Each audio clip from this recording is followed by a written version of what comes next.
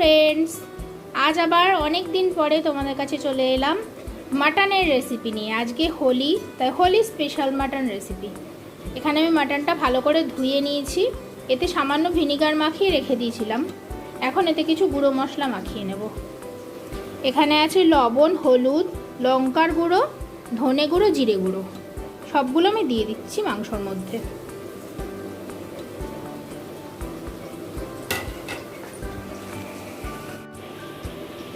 এবারে এর মধ্যে দিয়ে দেবো খানিকটা সর্ষের তেল।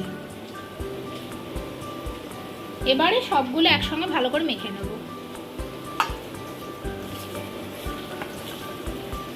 এইভাবে মশলাগুলো দিয়ে মেখে আধা ঘন্টা রেখে দেব। কড়াইতে আমি সর্ষের তেল গরম করে নিয়েছি। এবারে মাটনের জন্য আলুগুলো ভেজে নেব।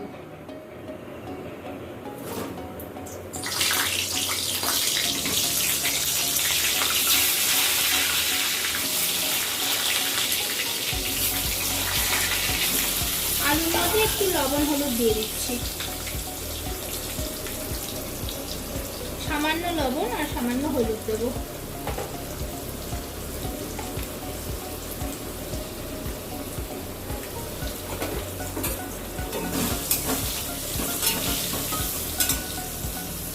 এবার ভালো করে আলুগুলো ভাজা করে নেব।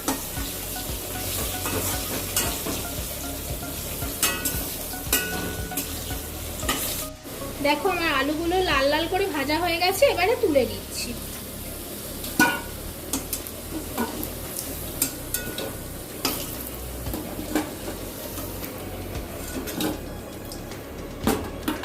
এবার এই তেলের মধ্যে একটা তেজপাতা ফোড়ন দিয়ে দিচ্ছি, আর দিয়ে দেবো পেঁয়াজ কুচি।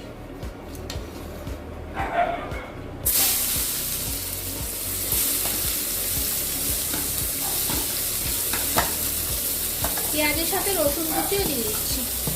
আমি রসুনটা গ্রেট করে নিয়েছি, তোমরা চাইলে বেটেও দিতে পারো।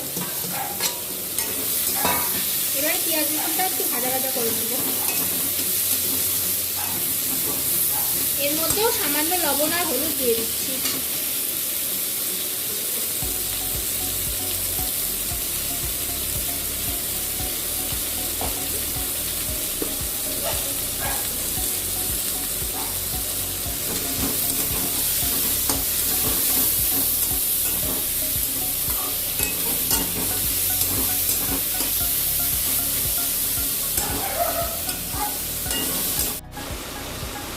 দেখো আমার পেঁয়াজ রসুনটা ভালো করে ভাজা ভাজা করা হয়ে গেছে। এবার এর মধ্যে দিয়ে দেবো 1 চামচ মতো আদা বাটা, ছোট চামচের 1 চামচ আদা বাটা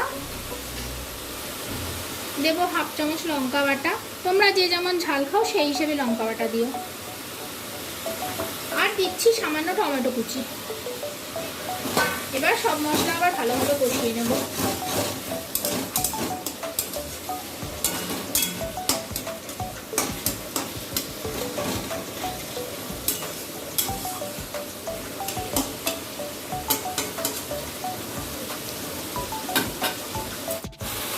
মটনটা দিয়ে দিলাম।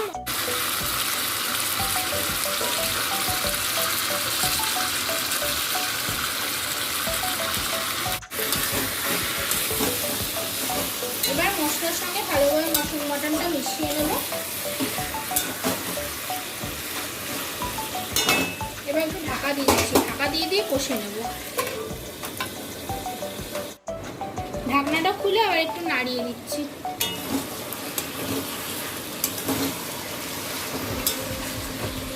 এইভাবে চাপা দিয়ে ভালো করে কষিয়ে নেব। আবার কিছুক্ষণের জন্য চাপা দিয়ে দেবো।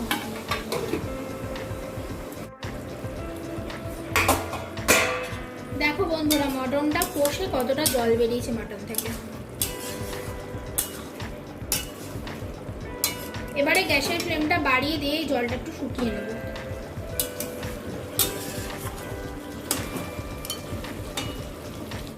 দেখো বন্ধুরা, মাংসটা ভালোভাবে কষে গেছে, তেলও ছাড়ছে। এবারে আলুগুলো দিয়ে দিচ্ছি। এবার দিয়ে দেবো পরিমাণ মতো জল। মাংস যে ম্যারিনেট করা ছিল সেই গামলাটা ধুয়ে জল দিয়ে দিচ্ছি, তাহলে গামলার গায়ে লেগে থাকা মশলাগুলো মাংসের মধ্যে চলে যাবে। এবার ঢাকা দিয়ে দেবো, আঁচটা মিডিয়াম করে দিচ্ছি। অনেকক্ষণ ঢাকা দেওয়া ছিল, এবার একটু দেখে নিই মাটনটা কিরকম হলো। দেখি আলুটা সেদ্ধ হয়েছে নাকি, আর একটু হবে। আবারও 20 মিনিট মতন ঢাকা দিয়ে রাখবো। 20 মিনিট পর ফিরে এলাম, দেখি মাটনটা কতটা হলো।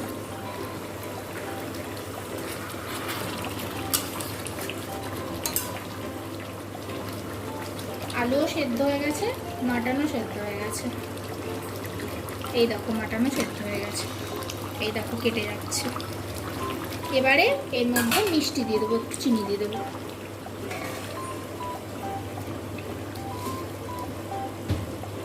এক চামচ চিনি দিয়ে দিচ্ছি, তাহলে স্বাদটা ভালো হবে। তোমরা চাইলে দিতেও পারো, নাও দিতে পারো। আর দেবো একটু গরম মশলার গুঁড়ো। এই গরম মশলাটা আমার বাড়িতে তৈরি করা।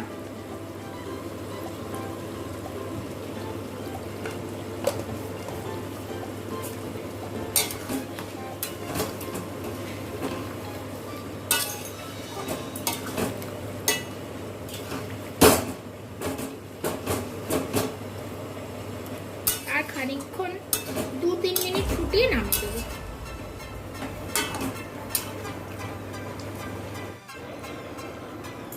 আমার টেস্টি মাটন কষা রেডি হয়ে গেছে।